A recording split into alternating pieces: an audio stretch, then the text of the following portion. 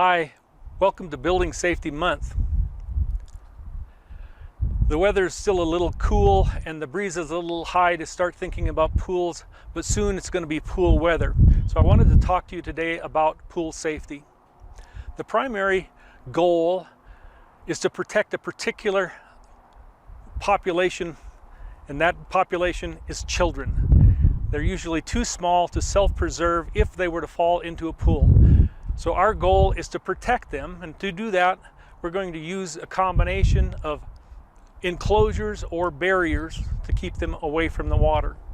With the enclosure, the building code states that you don't want to have a gap more than 4 inches. That way the children can't climb under or they can't go through the enclosure. And you want to avoid a climbing hazard as well. So if there's any horizontal supports, you want them either far enough away from each other so that it can't be used as a ladder, or the gap, the openings in the enclosure have to be so small that you can't get your fingers and toes in there to climb up over the ladder.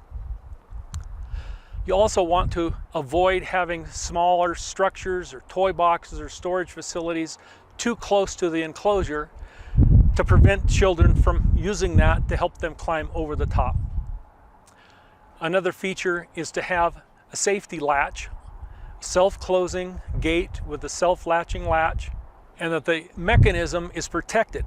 The mechanism can either be at least 54 inches high, or if there's a mechanism lower than that, it has to be on the water side of the enclosure, and it has to have a barrier around it so that a child can't reach and get to that latch. The barrier has to be at least 18 inches in all directions.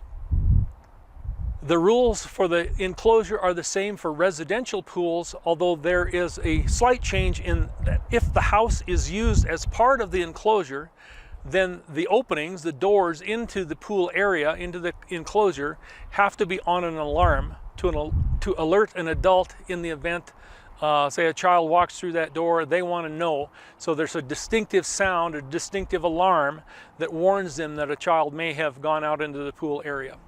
That can be connected to a home security system that may already be in place.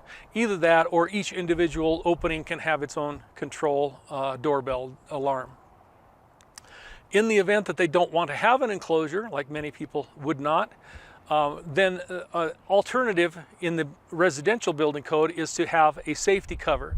The safety cover has to be power operated to close over the pool, and it has to be able to withstand 485 pounds minimum. That's roughly the weight of 2 adults and a child. The types of pools that may qualify to be in an enclosure start with wading pools. If the wading pool, a hot tub, or a swimming pool are over 24 inches in depth, 24 inches of water, then it is required to be in an enclosure. Hot tubs usually have a hard cover that latches down, so that is adequate. It has to be a listed assembly.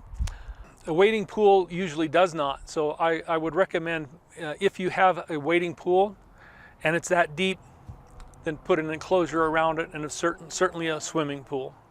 Anyway, we hope you have a safe and happy summer. Thank you.